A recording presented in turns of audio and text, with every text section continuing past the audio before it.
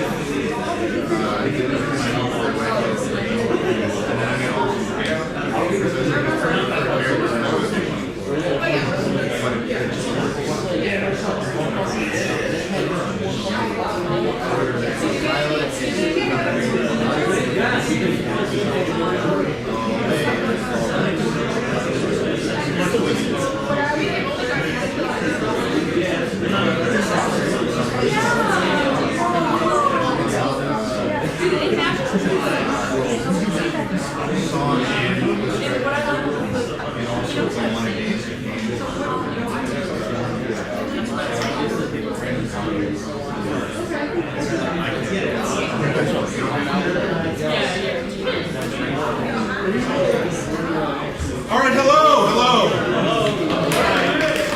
You don't have to clap. I mean, well, okay. I see a lot of my students out here. Welcome. Clap if you're a student at Buffalo State. Thank you for coming out. My name is Jeff Hirschberg. I am a professor in television and film arts, and you're in for a treat because we're going to have a great conversation with Tom Fontana and Rosalie Joseph today. And to introduce them is Dr. Bonnie Duran, and she's the interim president of Buffalo State University. And here's Bonnie. Well,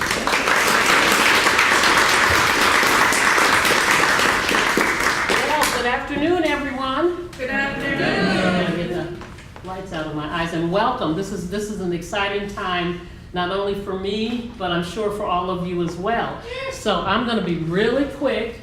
Thank you, Professor Hirschberg, for the introduction. And I'm now going to introduce the people of the hour, the people you came to see, Tom Fontana and Rosalie Joseph.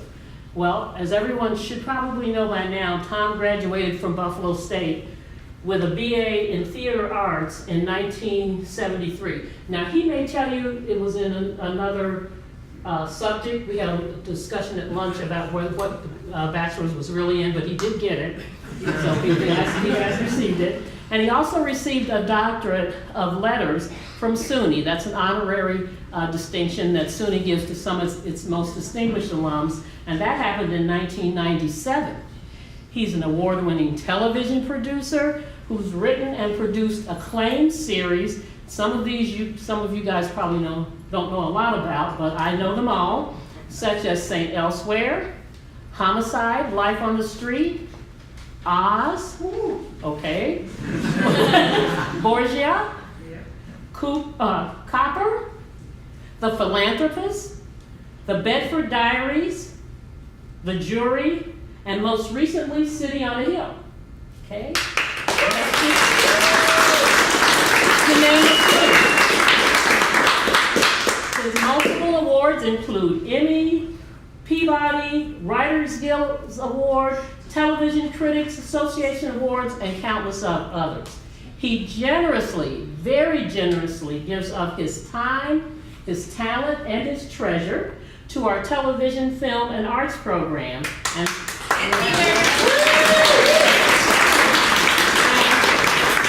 he's here with us again today to share his experiences with the next generation of you who are industry professionals. So we want you to soak it all in and enjoy it and take advantage of this time. Everybody doesn't get this opportunity, so don't waste it. Tom has invited a dear colleague and friend to join him, Rosalie Joseph, who will come out with him. And she spent most of her over 4-decade casting career as a television network casting executive. She served as vice president of casting for ABC and a senior casting executive at CBS. In 2019, the Casting Society of America created the Rosalie Joseph Humanitarian Award to honor her philanthropic work both inside and outside of the entertainment industry. These are two amazing people that have come here to have this really personal chat with just you. So without further ado, please welcome Tom and Rosalie.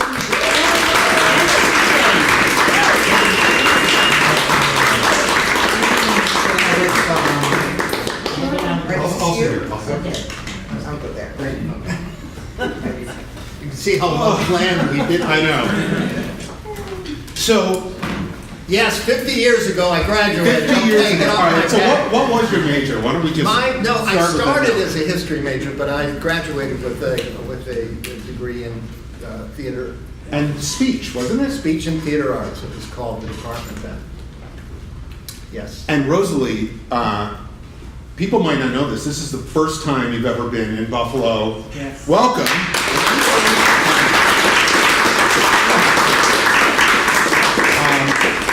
The weather's like this 12 months a year. Obviously, you know that. I hear that, yes. What are your kind of reflections on being here in Buffalo? Observations. It's such a friendly city. It's so lovely. I spend most of my time on the campus, really, with a little bit of time at the hotel and going for coffee. But it's wonderful, and I love the dedication, the love that people have for their community. It's just, it's so evident in whoever you talk to. You told us about the cab ride you had here. My cabbie, yes, we became relatives. He was calling me cousin by the end of it. So it's a wonderful place. So let's start by talking about casting. How did you get into it, and also why did you get into it? What was your motivation? When I was I'm from Pennsylvania, outside of Scranton, and I was a high school teacher there, and I did it, taught drama, speaking drama, but I knew after, 6 years of teaching, I just wanted more. Even though I loved teaching, I felt like I had always acted. I did a lot of acting at home in Pennsylvania. I did a lot of performance in, community theater, little theaters, etc. So I wanted to pursue that. I moved to New York. And within 3 months, I got a job with a man named Vic Ramos, by accident, by the way. Somebody in my building called and said, "Hey, I have a friend who needs somebody for a few days. Would you sub?" I knew nothing about casting. I mean, I'm from a small town, didn't know anything. I said, "Sure, yeah, I'll go in." And the first project that I worked on was with Coppola, and I was sitting at my desk, and again, I was there I was there 3 days, in the midst of all the actors who were coming in, and he was making everybody wait a long time. So I'm sitting there, and my boss comes out, Vic Ramos comes out, and says, "You know what, so-and-so didn't show up, get William Morris on the phone right now. Gotta find out." I said, "Oh, okay." So I look up the number, and I pick up the phone, and is William Morris there to speak to Vic Ramos? A lot of you are too young to know what that means, but the William Morris agency was the most powerful agency. William Morris had been dead for years. I thought it was his great-grandson who ran the family business. I didn't know. So what I learned, I was supposed to be there for 3 days. I ended up staying 3 years. The person never came back. It was the most brilliant, I learned so much from him, and he gave me a lot to do. And what I learned, I was studying acting at the time, and what I really learned is I don't need to perform. But I love the art of acting so much that's what I wanted to just be a part of, to learn about, to nurture, to identify, to just, so it's that art that made me want to do that. I didn't have to perform. I realized that wasn't for me, but being around actors and just the beauty of what they do was what I wanted to do. So when you eventually became a casting director for CBS? First, after Vic, I went to CBS. You went to CBS. What were your general responsibilities as a casting director for the network? And then how did you interact with people like Tom? And I'm curious how Tom interacted with the network casting people too. Well, I didn't work with Tom when I was at the network, but we worked when I was independent. But at the network, New York network jobs are very different than Los Angeles network jobs. In New York, we are casting directors. You can't be an executive and only have those kind of skills, which is more like you work with they're like the conduit between the production and the producer, and he'll explain that. But in New York, we cover the New York town, we cover the East Coast. We cast as wide a net as we could to find talent for projects. So we work on everything for the most part. they're for the network at the time. Yeah, we're working on everything. So it's really, New York casting offices for networks and studios are really, we have to have the skill of an independent casting director. On the West Coast, they're really executives that oversee, right? When you work with them. Yeah, yeah. What I will do is, yes, I'll work with the counterparts in LA, but really, most of what I do is with the casting director, the independent casting director who is hired on the project. So I will work with them directly, and yeah, that's most of my interplay. Okay, so Tom, from a writer, producer, showrunner perspective, how did you interact with people like Rosalie Well, and the independents? Our whole business is about relationships, as you all know. And it depends on your relationship with that particular casting director and that casting director's relationship to the showrunner. Rosalie was always incredible to work with because I knew she loved actors. There are a lot of casting directors who, I won't say any names, but I'll write them down and pass it around later, who have been doing the job for so long and they're so aggravated. I was once meeting with a casting director to decide if I was going to hire her to work on a project, and I got to the office and she was scooping up envelopes with pictures and resumes that people had sent in. She was scooping them up. She unlocked the door to her office and she just threw them all in the garbage. And I was like, I'm not going to hire this person because that's just anyway. So the working with an independent casting director usually means I've hired that person, so we have a relationship. Sometimes the network goes, oh, could you hire so and so? Working with the person at the network, the casting person at the network, is, as Rosalie's saying, we're a little bit separated from them because if you're going to whine and snivel to anybody, you're going to whine and snivel to the casting director you've hired rather than whine and snivel to the executive. Normally, the other thing is the networks tend to have, or used to have, deals with actors. So you'd be doing a show about where you needed a 7-foot-tall Bolivian man, and they would go, we have the perfect person. She's a little person, and she's from Tanganyika or someplace. And you'd be like, well, no, that's totally wrong. And they'd go, just see her, and you'll see what it is. And sometimes you do. And the person turns out great. I'll tell a very quick story. When I was doing Oz, an actor came in to read for a part of one of the gangs, and he came in and he read it and he was terrible. But then when we were talking, I realized he had a British accent, and I said, "Well, are you British?" And he goes, "No, I'm from Nigeria, but I live in London." And I was like, "Well, could you do the same scene and change the words, whatever you want, but do the scene as a Nigerian?" And he said, "Okay, yeah, with a Nigerian accent." And he did, and I hired him because it was so original, the sound that he was doing. It was great. I know what you're talking about. So sometimes you have to go against your best instincts.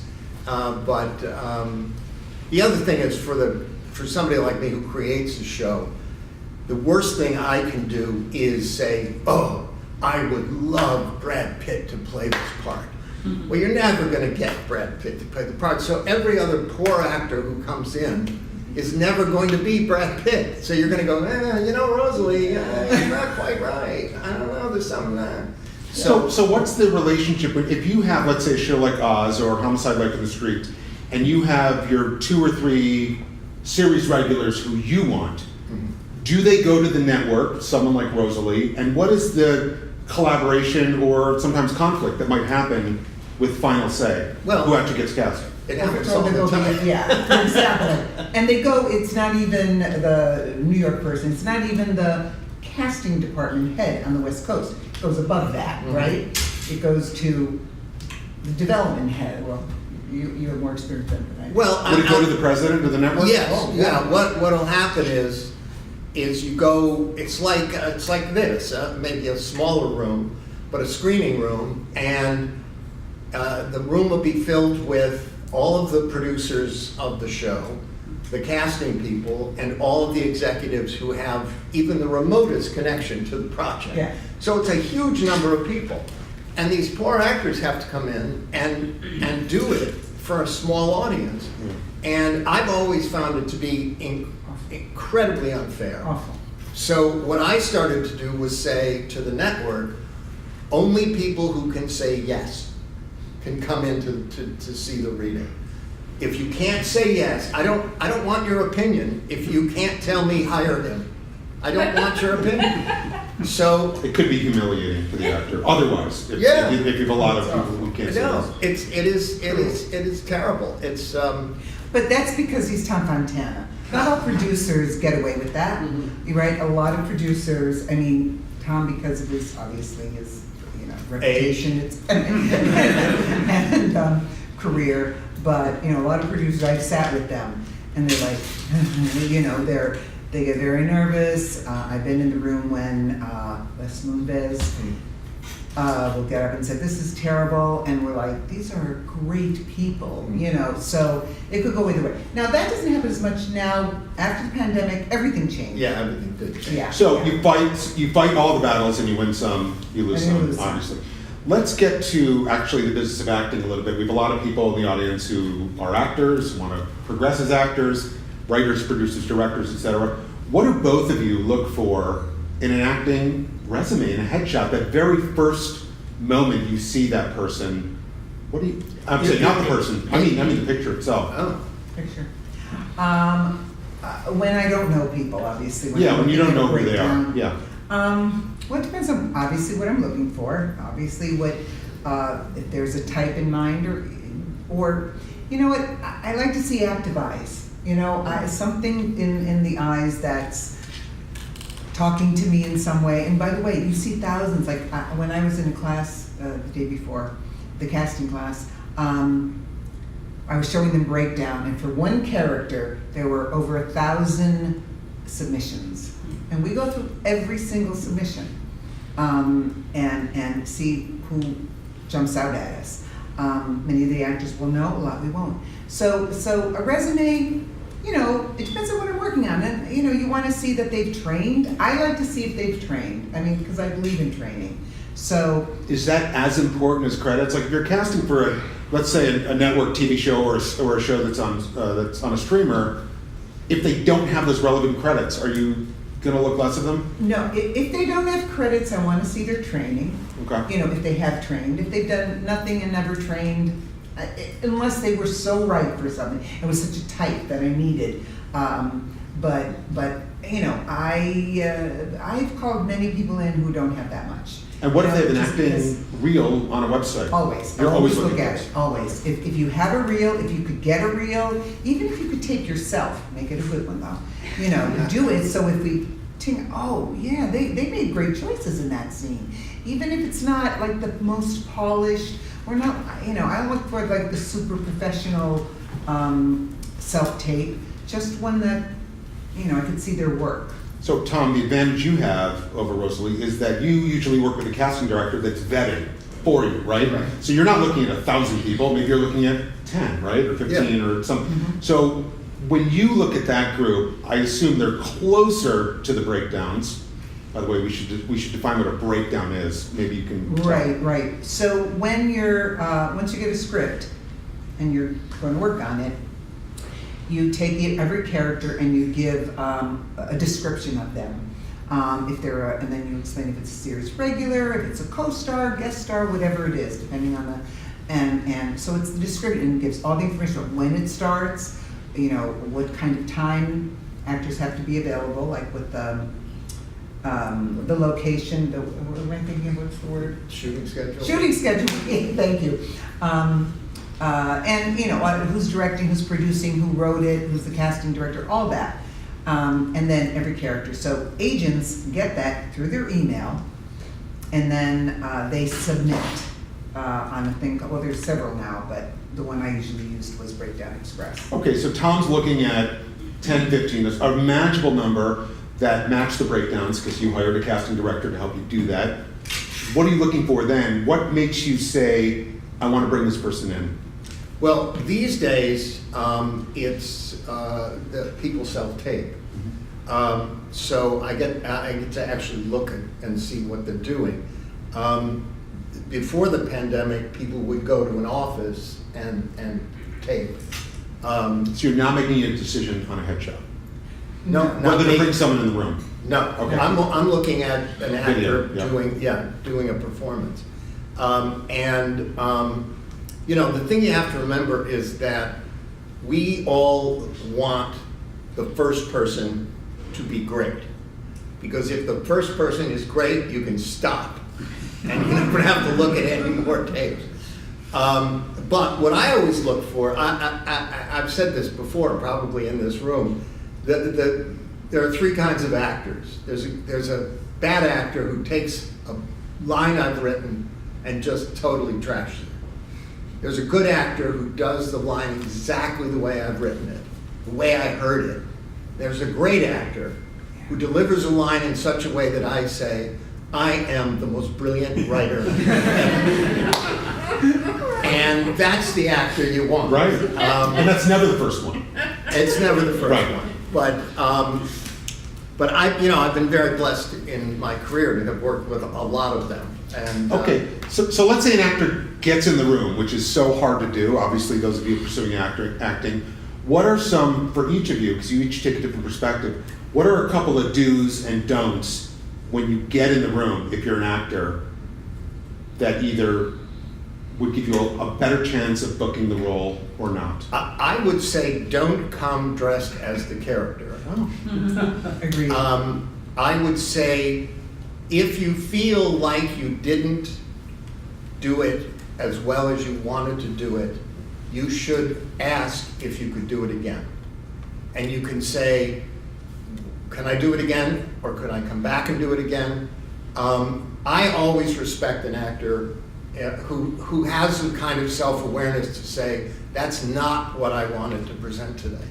So those are my...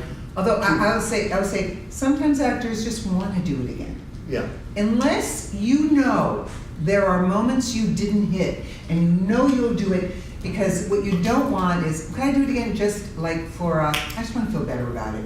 Or I just want, unless you know you're going to hit those moments you might not have hit, you don't want to do the same exact thing. No. That's not going to speak well for you. So that, I always feel like if you really feel, sometimes by the way I say, I am so happy with that, and I'll mean it, I'm so happy with that. If you feel you need to do it again, be my guest, but I have to tell you all that. And do you know how many times they get to do it again and I'll still like the one they had already done, but you know what, again, like Tom said, or if you've been given an adjustment, like you give adjustments, casting directors give, an adjustment is some direction in the room. If you're, I'm seeing an actor who makes great choices, they're a thinking actor, they're coming prepared, they know what they're doing, they have a real sense of the character, but there are moments in the scene that aren't working, and if I'm going to send it on to Tom, I want to fine tune those moments so he pays more attention to them, or he'll see what I see. And connected to that, there are actors who sometimes prepare too well, and I will give them a change just simply to throw them off. I'll say, look, that was great, and it's very, very good, and but can you do it again? And this time, do it with where you're pretending like you have a balloon on your head, or some stupid adjustment, and not always stupid, but something where you just say, because you want the actor, you want to see if they'll. Because sometimes you hire a great auditioner, and when they get on the set, that's all they're going to give you. And the scene starts to flatten out, because once you're on the set, there's another actor, there's the set, there's the director, there's the lights, And so you want to know that the actor has the ability to be flexible. So, okay, building off of that, so if you want to know the actor can take direction, right? Whether you're handing off an actor, or recommending an actor to you, or if you were on a film and you're involved, you could be handing it off to a director or it's you on a TV show. What are some of the adjustments, specific adjustments that you've used in the room that have been effective in telling you that this actor is someone who can take direction? Well, for me, it's a lot of it's based on the character we're working on. Okay. So maybe it's the moments that, it's not, I'm not getting enough of that relationship, or maybe your stakes aren't high enough. I mean, which seems to be a direction, what am I trying to say? I'm sorry. With students, a lot of, because you want to bring more importance to a scene, oh God. All right. You want to raise the stakes to make I'm trying to hear myself. Yeah. No. Let me say this. Sometimes if a person comes in and they start the scene intensely at a high pitch, I say, come in, just whisper the first few lines, just so you get a sense of what the range is. So even louder, softer, faster, Yeah. slower could even Or, work in a way. I think what he's saying is also we say, don't play the end of the scene. Yeah, I don't right, want to know, exactly. you're giving it away in the first 3 lines, what you should be, let's move there. Let's make sure the scene has that movement and the discovery within it. You talked a little bit about this morning about what happens before the scene starts. Right. That to me was fascinating, so can you That's speak so a little bit about important that? to me. I mean,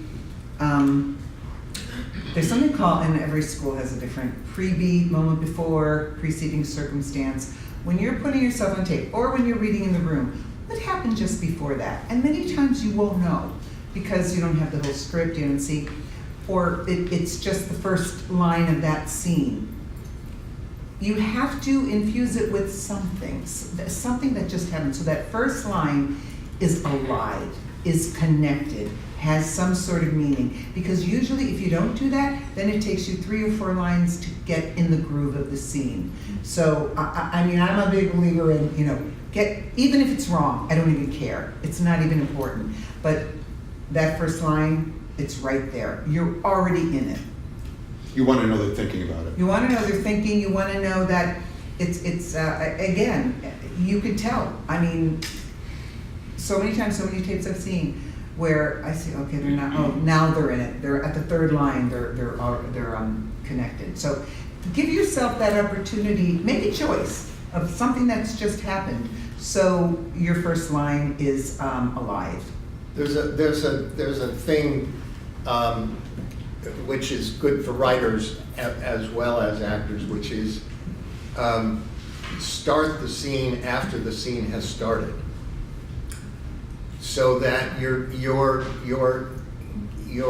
going into the scene coming from where you're Start as late as possible. Yeah. And end it as early as possible. Yeah. Just to make it come. Yeah. Something I want to say about adjustments, could I go back to that? Yeah. And Tom sort of mentioned, let's say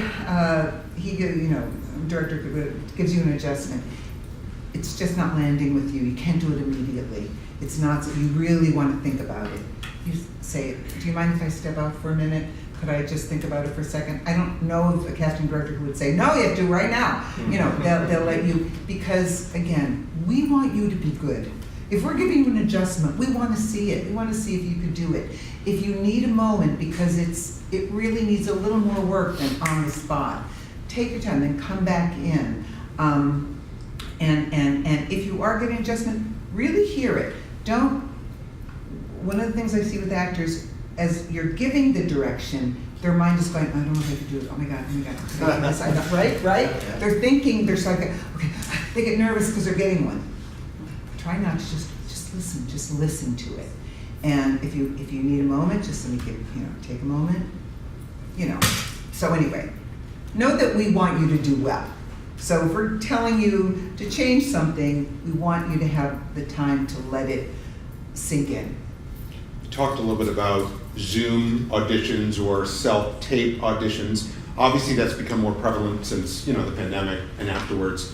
For those actors in the audience, what are some of the do's or don'ts of self-tape or Zoom auditions?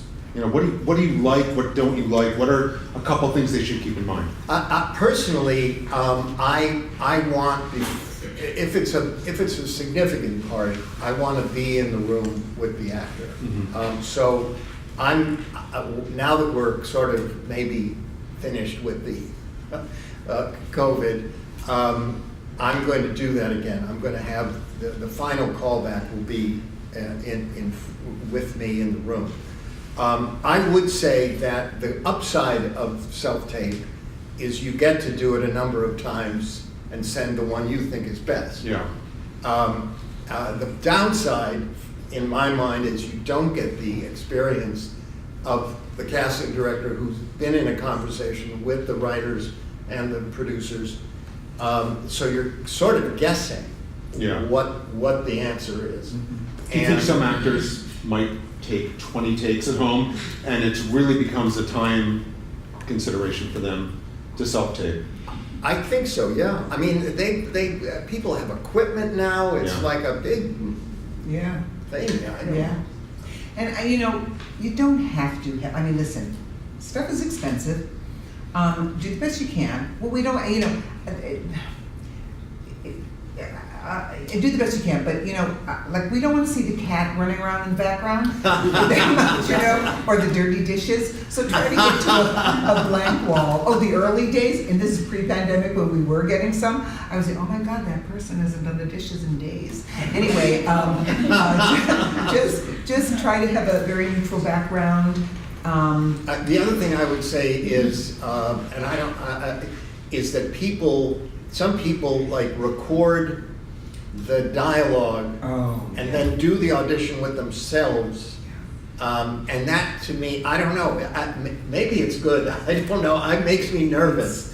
Because I'm like, geez, I hope he gets the line in before he talks to them. Do they usually have someone speaking off camera? Yeah, usually you ask a friend of yours to be off camera and do the lines. And by the way, sometimes you can't, and they need to. No, I understand that, but it's hard to. It's very. Somehow during the pandemic, we cast things. I don't know how. We did chemistry reads over Zoom. How do you get? They're not even in the same place. And I have no idea how anything. I'm not saying it was well cast, but but we did. A lot of things were very well cast, but it was hard. It was a challenge. With self tapes, guys, the other thing is yes, you can do it 20 times, but my suggestion would be if you overdo it, it's going to get stale. Do it 5-6 times. Find the one you like the best. Walk away. Walk away. Go to sleep. Take a nap. Do something else. Do the dishes. Come back. Definitely do the dishes. Definitely do the dishes, and then come back to it, because maybe some of the things you worked on are starting to sink in, are starting to land, are starting to get more organic for you. So, don't do it till it's dead. You're never going to get every single moment perfect. You're not. Don't try to do that. Just try to get the best you can. And some moments you'll miss, and some pick the most important moments, and that's where you want to make sure you land. Related to, you talked about talking to themselves. How do you, if at all, give adjustments to actors in a room when they're acting against a non-actor, right? It might be a casting assistant, it might be an assistant, somebody who works at your company, but they're not typically actors per se, right? Mm-hmm. So they may find it difficult to work with somebody who's not an actor. What advice do you have for actors to deal with non-actors in auditions? Well, hopefully you get the right person to do the reading. Yeah, but some can be flat, right? Some can be flat, yes. I don't know, I just concentrate on the actor, so I'm not really listening to the assistant. Also, you have to remember, we're hearing the scene for the 97th time, and so you're really only listening to the actor at that point. Okay. But for an actor to work with somebody who hasn't, who's not as good, I think most people are very careful now. And the old, you might know this person, but he was reading, it was a casting director, I was at the network, I went into a session, and the casting director was reading like this. I grabbed this scene from, I said, you know what, let me read. Anyway, but it was awful. Anyway, what we try to get good readers. I mean, that's, first of all, because it's great experience for actors. Absolutely, to be yeah. readers. So I tried to bring as many actors in to read and listen to the direction and listen, as we could. And if you are, you just you have to hear the words. We talk about that in the classes I've done. Listening is one of the most important things you could do when you're on a tape audition, is listen to them. So listen to the words. Maybe they're not going to say it with the same tone that you want to hear, but at least the words are coming in on you. So focus on that rather than the way they're said. I guess that's Okay. the best you could do. I want to go through one last thing, and then we're going to open it up to the audience for questions. Kind of a case study of, you get the phone call, and from your perspective, you get the phone call, it's a green light, and from your perspective, please cast this show. What are the major milestones from point A to point Z where it's actually on the air? So you can kind of inform the audience as to, what are your obstacles, let's say, and achievements going through that process, and then from your perspective too. So Rosalie, why don't you go first? Your turn? Or do you want to start? Okay. So you get hired, let's say as an independent casting director. Let's say I'm an independent casting director, not network. You get the script. First of all, that's after a meeting where you present your ideas and they think, oh yeah, they have Anyway, so you make your lists, which means you go through all your files, everything you know. You make your idea list, and even before the meeting with the producer, you check availabilities. Like, are these people that you think would be right for every role available? At least a preliminary availability list. It's not going to be the last one. Anyway, so once you do that, then you have the meetings with usually first you'll meet with just the creative team. Just the creative? No, not Only the network creative. yet, not the network yet. That's the follow-up, right? Okay, so you work with the creative team about what ideas seem to, you might work differently, but what ideas seem to make sense to them. And then you have a concept meeting, right? A casting concept. You want to talk about? Yeah, I always hope, foolishly, that the script will speak louder than me about what the needs are.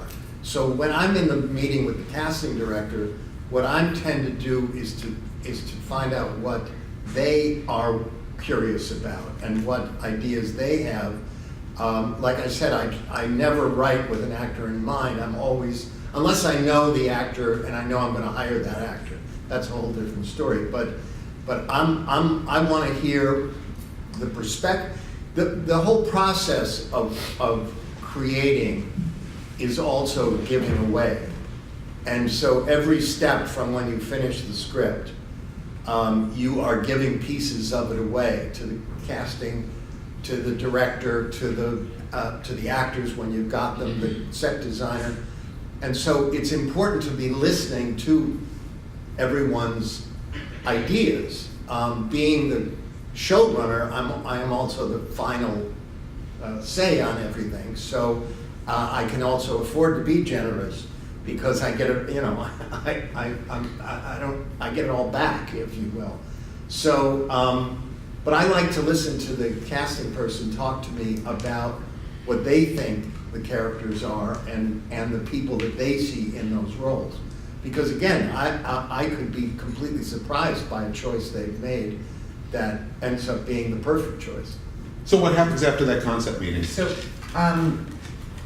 then we start our work. Then you continue with the availabilities. You talk to agents. Who do you have? Who have I missed? Who's available? Who's not available? You go through all of that. Meanwhile, you're seeing self-tapes. You're doing your pre-reads, which are all on tape. End of each day, you look at, every casting director is going to work differently, but generally.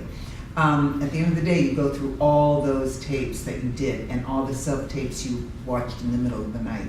And then you send, and depending on how you decide to work, maybe every day, well, here's who I saw today, what do you think?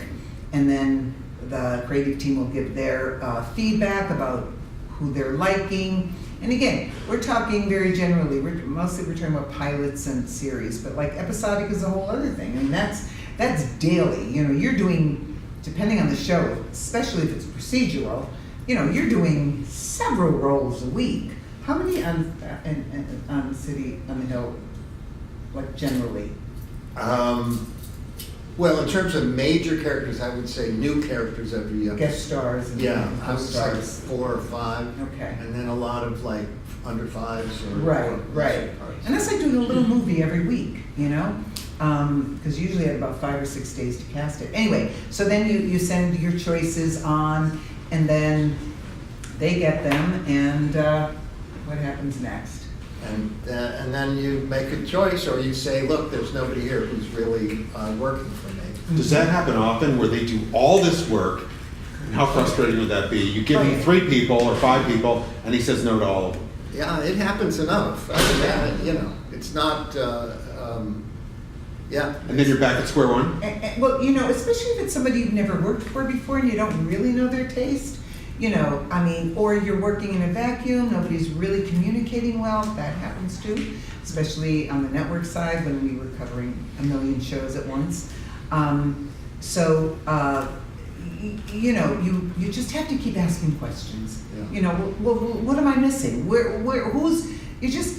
You know, that's our job. And by the way, until somebody's on that set, you don't stop looking. You keep calling, man, who did we miss? Who else is out there that we haven't seen? Rechecking availabilities, because sometimes you get the wrong availability, and then you go back, you mean they're available now? Okay, so let's bring them in. So it doesn't stop until the day they show up on the set. I'll tell you one quick story. Oscar-winning director and casting director were trying to cast this part. The director kept saying, no. They're getting closer and closer to the start of filming. And the casting director showed the director an actor he'd already said no to. And the director said, why haven't I seen this guy before? So you never know. Have you ever given an offer to an actor and they're scheduled to be on set and they get something better? So they back out of it? And that puts you in a situation, right? Or you hire somebody, or you call and you make the offer, and they went, oh my God, I forgot they're traveling with their family, they can't do it. Do you know how many times I've say, agents, do you not know the schedule of your actors? Oh, that's happened especially with episodic. That happens a lot. One of the things we haven't talked about, which is how do you deal with agents and managers, and maybe you could explain a little bit about their roles in this whole system of casting. I have a very easy way to deal with it. Yeah. I make the casting. Because you don't want to talk to them. I don't have to. The relationships are very important, very, very important. And there are some agents and managers, you know they have great taste, and they know they don't steer you wrong. They'll take you, they'll say, you know what, these people aren't right. Let me tell you what. But most don't do that. Most just like throw their whole, client list at you. And you work through it. So it is a collaboration. We depend on agents and managers. They depend on us. Those relationships are very important. So it's good to, build on them. And some people you'll trust more than others, but basically we all have to get along. And we all have to work together. And we all want a common purpose of finding the best people and getting people work and getting people their insurance.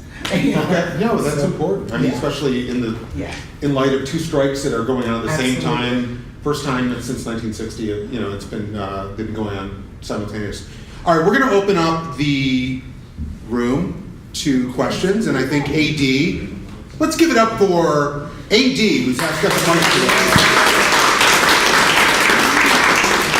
Any questions you may have, please raise your hand, and AD will be happy to come up to you. This question is for Tom. The show Oz. First time I ever saw J.K. Simmons' work was in Oz.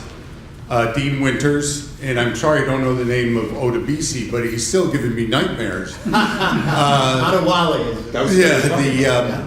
When you write a character and then you have an actor take that character to a place you never thought of before. Did you let him go like that as the showrunner? I'll tell you, a very kind of miraculous thing happens with actors and the writers on episodic television.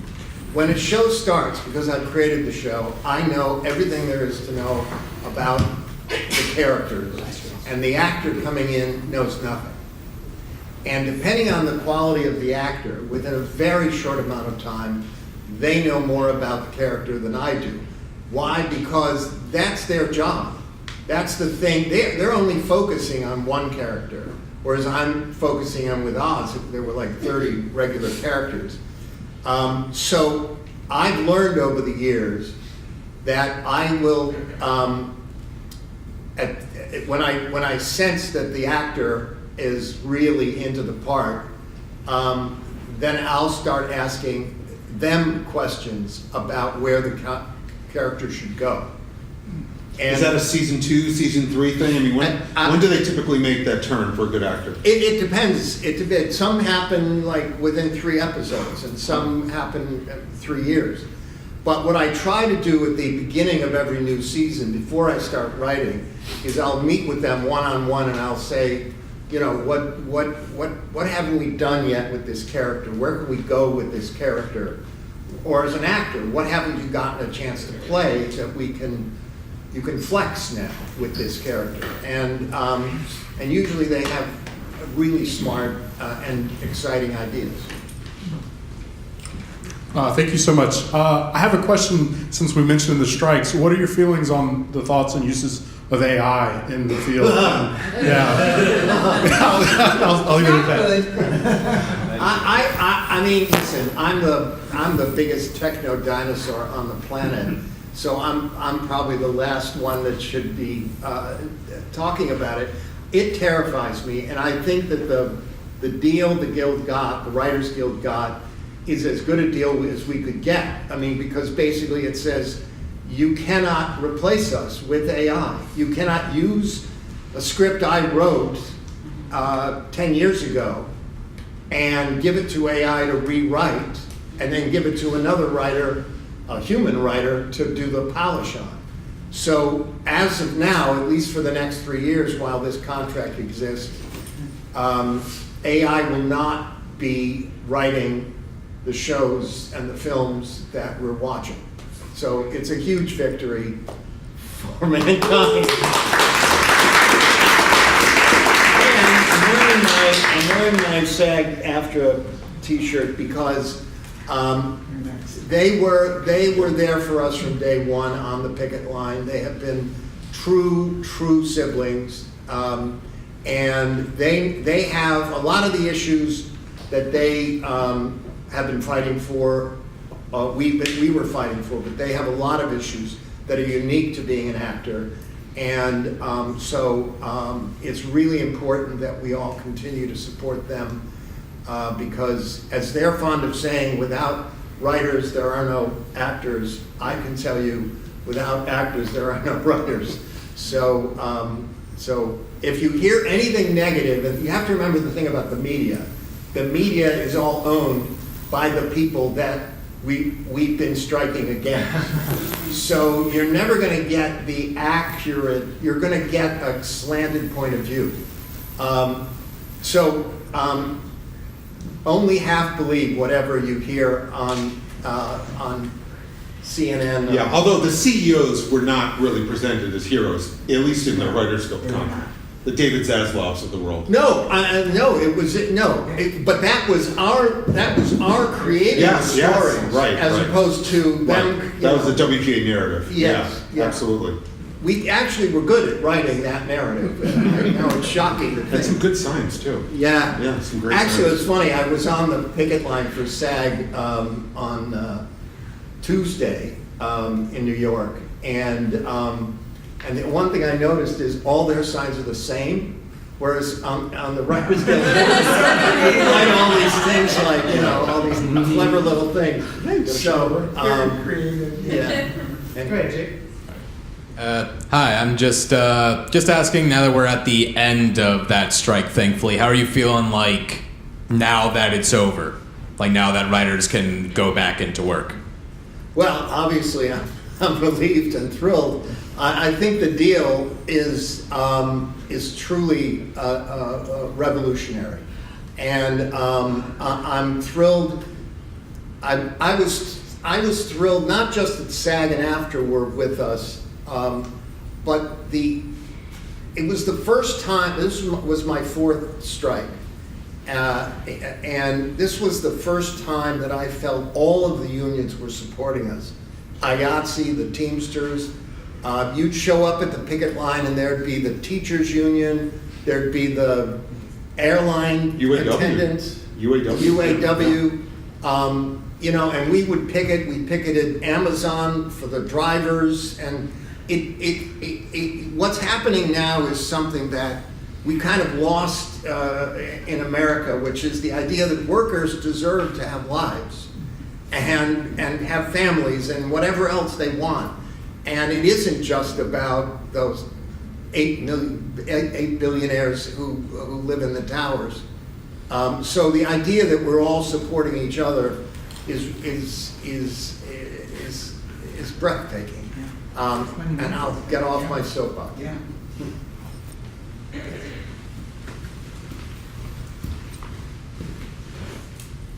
Going back to the self. Uh-oh, this is my brother.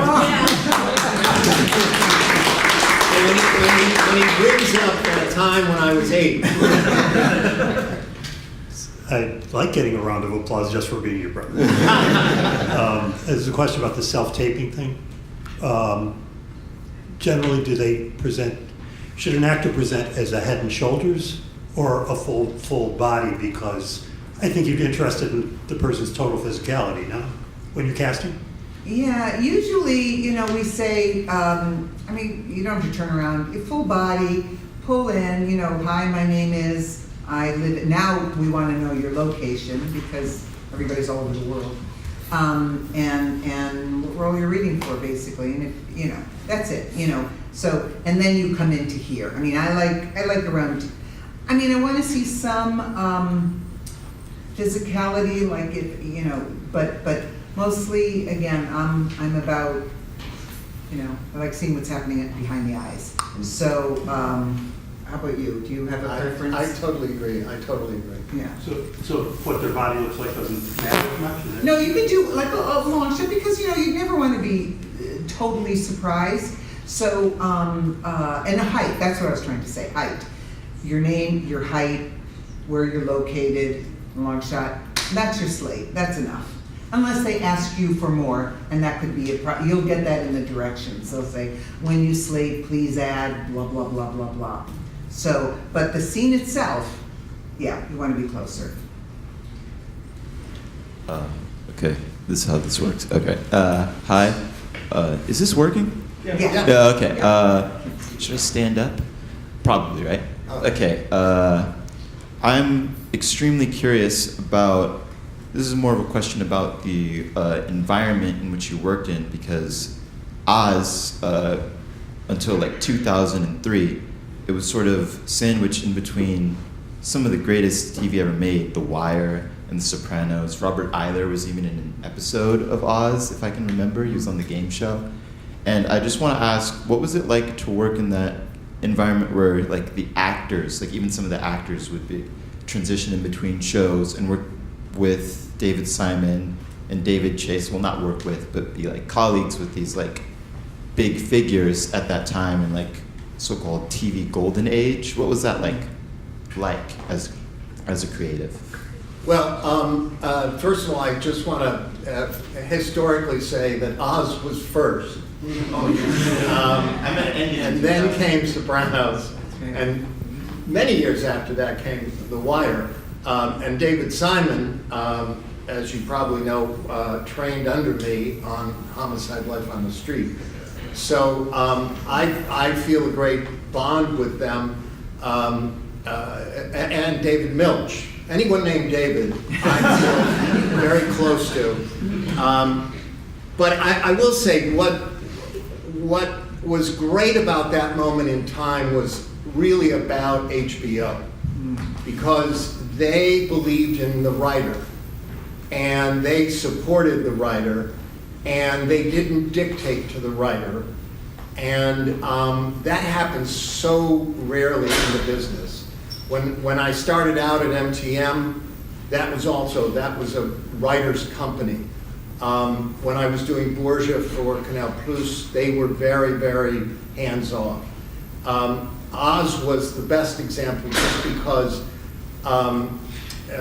Chris Albrecht, who was the head of HBO at the time, said to me, I don't care if the characters are likable as long as they're interesting. And to me, that was coming out of broadcast television where everybody had to be lovable. That was enormously liberating from a writer's point of view, and in terms of being able to cast it. Because I remember saying to our extras casting director, I don't want to see a single face that I can see on Law and Order.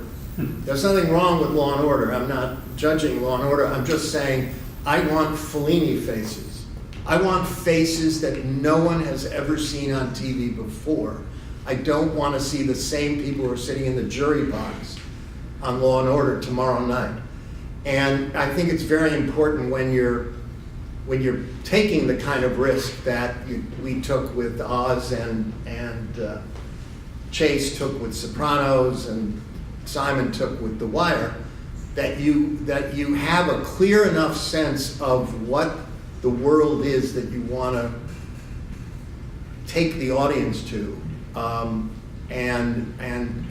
not necessarily be strident about it, but have the clarity of your vision always in your head, and staying true to that. Tom, do you think there are any writer-friendly streamers today that in the same vein as HBO, 25 years ago, or MTM in the 70s? No. Because why? Their ownership structure, or they're just too big? No, I think it has more to do with the fact that they think they know more than anybody else. The worst word that ever happened in television was brand. It's not our brand. And the thing is, HBO wasn't created. The brand of HBO is we have no brand, basically. We just want the most interesting shows we can get. Now it just seems like, well, we'd like a fourth version of the zombie show, Walking Dead. We'd like a fourth version of Yellowstone.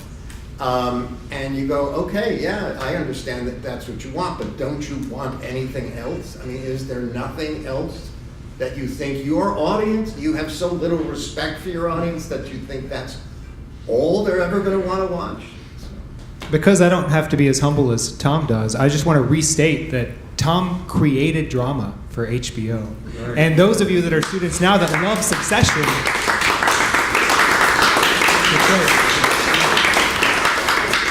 Succession wouldn't exist without its lineage of Oz. And I can't say I solely created drama. It was Euripides and I. we were in a bar one night, and I'll say it. Hi, I got a question for Tom. How did you get? I can't hear you. Sorry. How did you get your start as a writer, and how difficult was it? Well, my start as a writer, I started when I was really young, just writing, not knowing that was what I was doing, nor was that possibly a career. My actual, when I left Buffalo, I moved to New York to become a playwright, and was maybe the most unproduced playwright of my generation. And then I got very lucky. I was up at the Williamstown Theater Festival in Massachusetts, and very long story, which I'll only say, Bruce Paltrow was there. He was about to start a new series called St. Elsewhere. His wife, Blythe Danner, said, Tom's broke, he's starving to death. Hire him for one of the episodes. And he did, and That's how I got my start in television. So, as I often say, go find Blythe Danner, and you will have a career in television. My career is absolutely. There's nothing in my career that I could say, do this and you will have a career.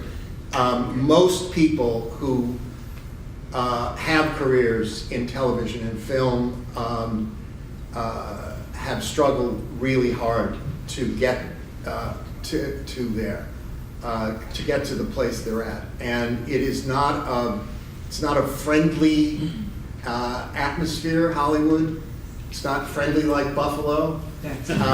No hugs from cabbies. No hugs from cabbies or network executives. No.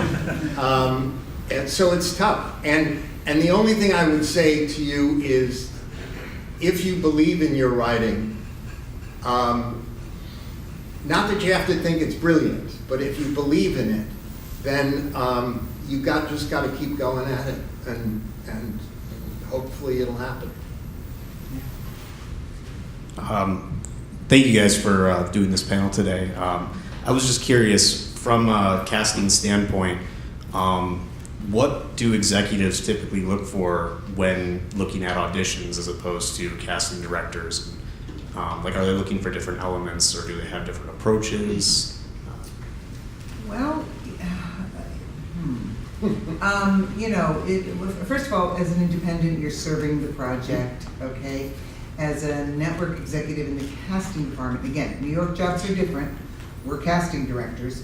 The LA, when we talk about the casting department of a network, you're kind of, they're more in contact with the development team, the development executive who nurtured that project along, and the people above them. They wait, what was your question? I was just wondering what kinds of things are executives looking for? You know what?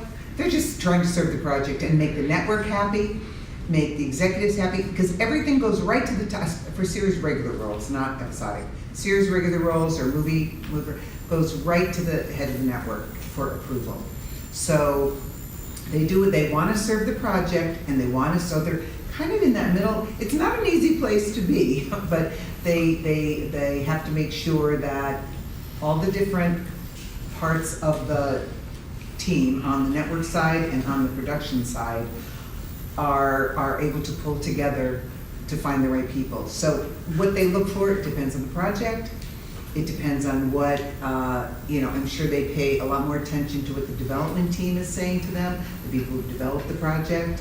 That's what I would say. I think. Well, I'd only add for network executives, they want the prettiest people they can find, and Unless it's us. no. Well, I'm You saying know, no. They didn't want. No, I'm saying in general, they're looking for TV stars. They're looking for who's going to break out, who's going to be on the cover of People magazine or whatever.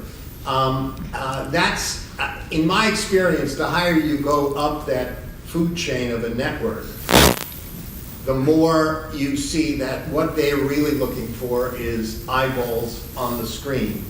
They're less interested in, oh God, we found, the next Tom Hanks. I don't know if I agree. Well, No, I think it's changed. I think no, they definitely want people who you want to watch. But I think if you watch television now, not everybody is even on network television. Although I saw a show the other day and I thought, everybody's so pretty here. It depends on the show. It does depend on the show. But I think there's more. I mean, there definitely has to be, one or two people that, you want to watch. But, then the other characters who might not be the leads, there's more, just a wider variety of people. I mean, that's what I found in my I'm talking about the TV star. Oh, the one they're TV looking star. for. I'm not saying. Yeah. Yes, they want the woman Yeah. who's sitting Yeah. behind the computer thing to have the funny glasses and the spiked hair. They're fine with that, but they've got to have. They want Mark Harmon or whoever to be the lead in the show. Yes. Yes. I'll get a very quick story. Homicide, Barry Levinson, its first television series ever. NBC says you do not have to get casting approval. That's big. Okay. So we're casting, but I was friends with Lynn, what was her name? Wait, At NBC. Stallman, and Lynn, Whatever. her- Openden. Yes. Whatever her name was. Anyway, and she and I were friends, so she said, you'll just tell me, right, who you're casting. I just don't want it to be a surprise. I want to be able to tell my boss. I said, sure, yeah. And we're going through it, we're casting. And on Homicide, for a network show, it was unattractive person, unattractive person, unattractive person, unattractive person, unattractive person. We were down to the last part. And she each time I'd call her and say, oh, we cast Ned Beatty, oh, we cast so-and-so, she'd go, oh, and he's so great, but what about the hunk? What about the hunk? You're going to cast a hunk, right? And we go through the whole thing, and last part, and we cast the last part, and I call her and I say, we've cast the last part. She said, yes, who? And I said, Richard Belzer. And she goes, tell me, he said he's not a hunk. And I went, yeah, I know. Tom, I recently wrote a 10-minute short as an activity for a acting class. And I was kind of inspired by hearing some bad news about an old friend from high school that kind of motivated me. And I kind of thought about if I had seen this person again and so on. How do I find these things? I mean, this thing kind of popped up. I was looking for a scene for two people who were in their 70s. Can you imagine that? And I really couldn't find anything on like Hollywood, what was it called, Beverly Hills. And I couldn't find anything, so I figured I'd write something. I was kind of inspired to do it because of that. And I'm happy with it, and I've gotten some good response from it. But do I wait for the next catastrophe for a friend to have something else to write about, And I can't imagine writing a series, continual series with so many people. Where does this come from? God knows. And if I figure it out, it'll stop. So, but I admire the fact you wrote something. I think, finding the right material for people out of any age is always tough. So maybe you should just keep writing scenes and see what happens. Can you tell them about your daily routine? Yes. And the importance of a routine. Yes. I, many years ago, when I was broke, and I made a deal with God, or whoever was in charge of these things, and I said, if I could just get paid to write, I would promise you I would get up every day to write. And since then, I get up at 5 a.m. every day, rain, shine, sober, hungover, and I write, sometimes for an hour, sometimes for 12 hours. It is important, I think. I'm not saying everyone should get up at 5 o'clock. I'm saying that you should find a time in the day that you write that becomes as sacred to you as anything else you do in that day, because it is a kind of spiritual thing that any of us do in the arts. And so I think you just have to say, if I'm going to be an actual writer, I'm going to find, and the first day you may write for 5 minutes, and the next day you might write for 6 minutes. But the point is you're there at the same time, and your creative soul is moving, knowing this is the moment I need to start writing. Could I piggyback on that for actors? I think it's really important for an actor to do something every single day. You're not going to work in between, there's going to be, it could be months between auditions, it could be weeks or days. An actor should do, like the discipline of a writer, do something every day. Read a chapter of an acting book. Watch a performance, study a performance. Go outside, sit around. I'm just going to observe people. Every single day, because you're not going to feel, if you want to call yourself an actor, you're not going to feel like an actor unless you actually are active in it. So there's so much to read. There's a gazillion videos of actors you might love.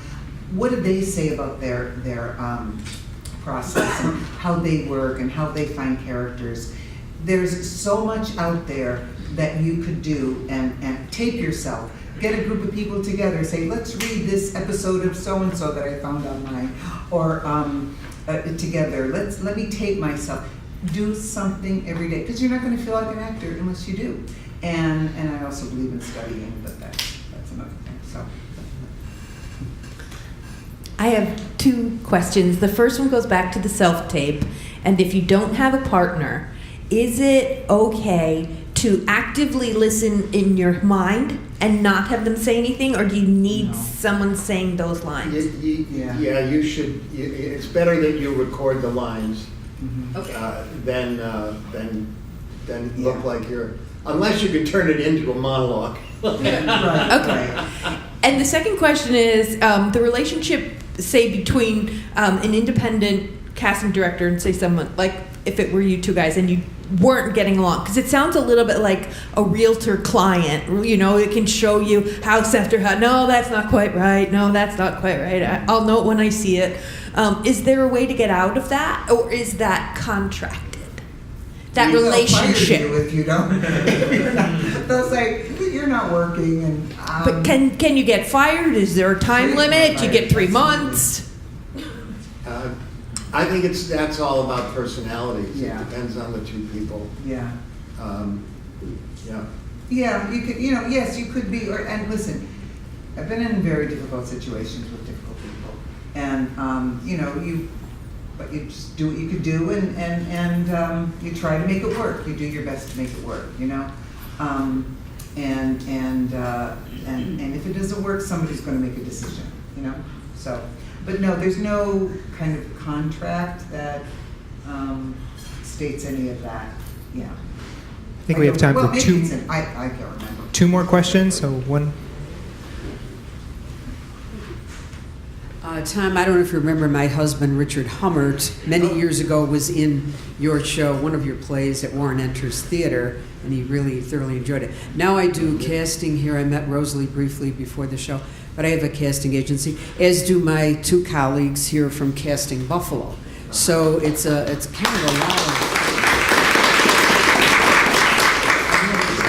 And so I wonder if you could talk just for a bit about professionalism. What is professionalism? How does an actor get hired again and again? We know the actors that we will, try to get hired again and again, and the ones who we don't, for whatever reason, whether it's bad behavior, I don't know, being late, who knows, lots of stuff. But people think they got a job, they love me, But what is professionalism? What do we all have to know about? Really, for me, it's like be prepared when you come in that room, having done your homework. You're ready. Those lines are right there at the tip of your tongue. You've worked on the character, so it's clear. You're specific. Your choices are specific. When I watch your audition, I know who that character is. That's the best. That's the best you could do. And of course, always be polite. Always, your audition starts when you enter the waiting room. Okay, there are actors around. While you're in that room waiting to go in, don't compare yourself to other people. You don't know what we're looking for. Just concentrate on your own work. When you walk in that room, you feel what's in the room. Like, is it going to get chatty? Are they going to get right to work? Like, take your cues from the casting director, the producer, the director. They'll start a conversation if they want to, if they have the time, because sometimes, we have a lot to do in one day. So just be aware, be self-aware, do your work, do your homework. Those are the people we always keep calling back, whether we get to hire them or not. We love to see what they'll bring in with another character that's exciting. So that's for me. Well, I would add to that, because I think everything you said is right. I would say, from a showrunner's point of view, if an actor is late for an audition, it's a bad sign. Now, there are a million valid reasons why people are late, and all I'm saying is, because if they're late showing up on a day that we're shooting,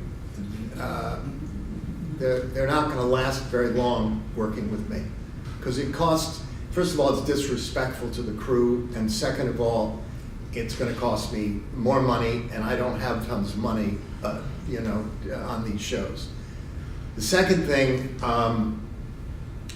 well, I guess I would say, when you audition, or when you are ready to shoot, do the lines as written. And I say that partially out of ego, but also partially out of the fact that it's just confusing to have somebody come in and go, well, I sort of learned it. Right. And so, at one time there was this actor, British actor, who came in to audition for a part, and we said, okay, and he said, I'm not going to read the dialogue. I'm going to do a poem by William Wordsworth. And he launched into this poem, and we were like, literally, it was like springtime for Hitler. We were like, what?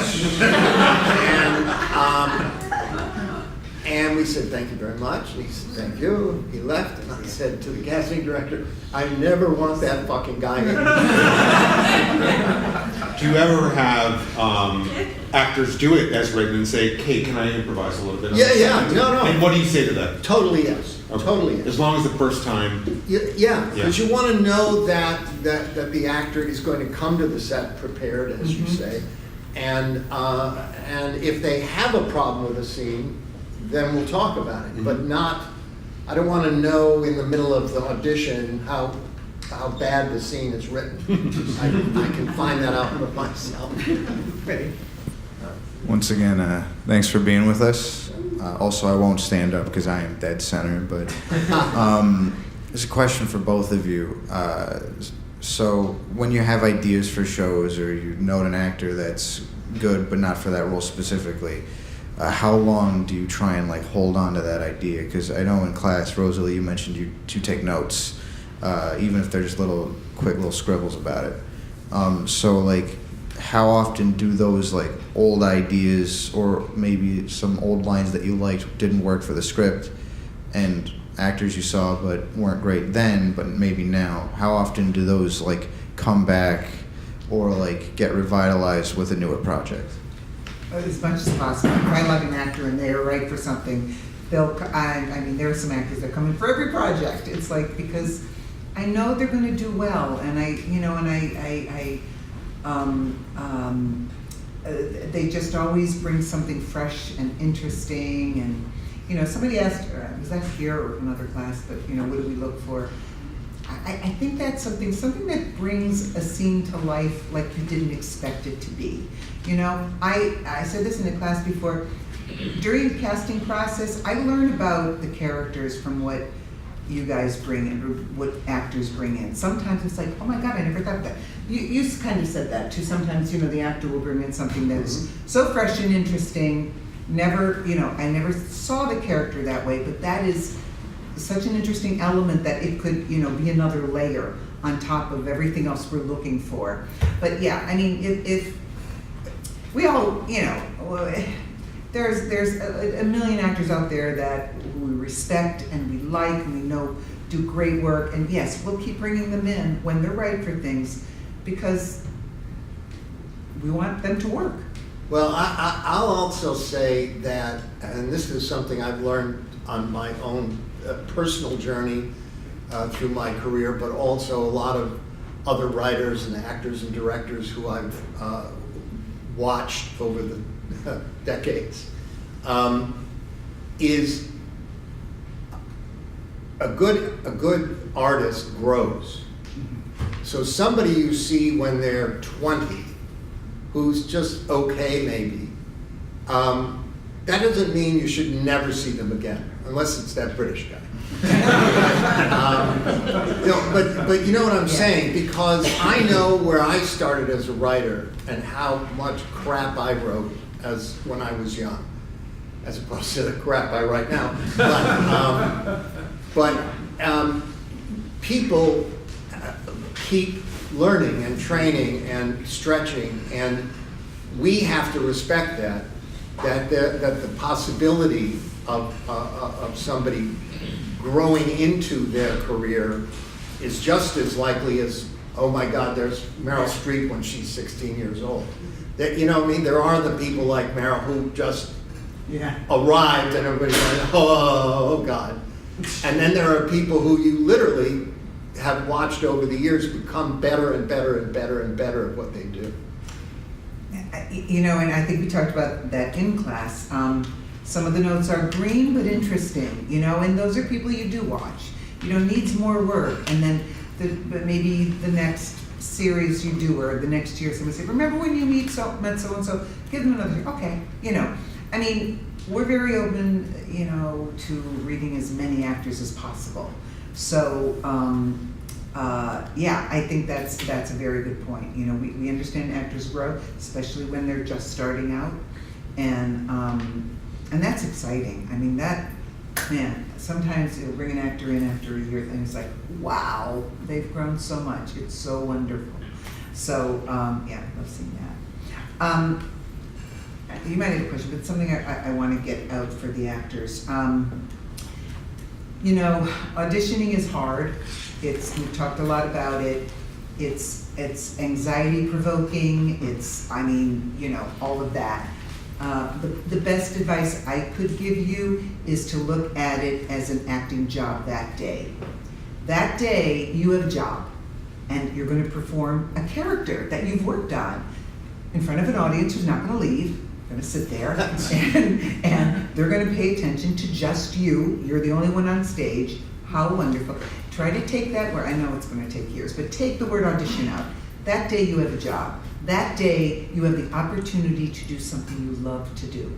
You get a chance to act. So, and then when you're finished, forget it. You've got to just let it go. It's not going to help you to dwell on it, because that's going to affect your next audition. If you're like, I don't know if I got it done, I didn't do that, and then, you know, don't be self-destructive, guys. That won't serve you in your life, period. But, you know, if you could learn something from it, something constructive from it, yeah, you know what, I could listen better. That you could use, but anything that just starts bringing you down, stop it. It will affect every audition after that. So forget the word audition. Say, I got a job today, I'm acting today. I'm so excited. That's a great way to wrap this up. And we want to thank Tom and Rosalie for their time. And thank you all for coming. We'll see you soon. Thank you.